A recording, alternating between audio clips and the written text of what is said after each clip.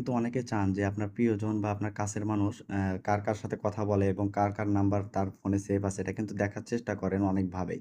কিন্তু ভাই এটা তো কোনোভাবে সম্ভব না। কিন্তু এখন আপনাদের কাছে সবই সম্ভব হবে যদি এই ভিডিওটা সম্পূর্ণ স্কিপ না করে দেখেন। ঠিক আছে?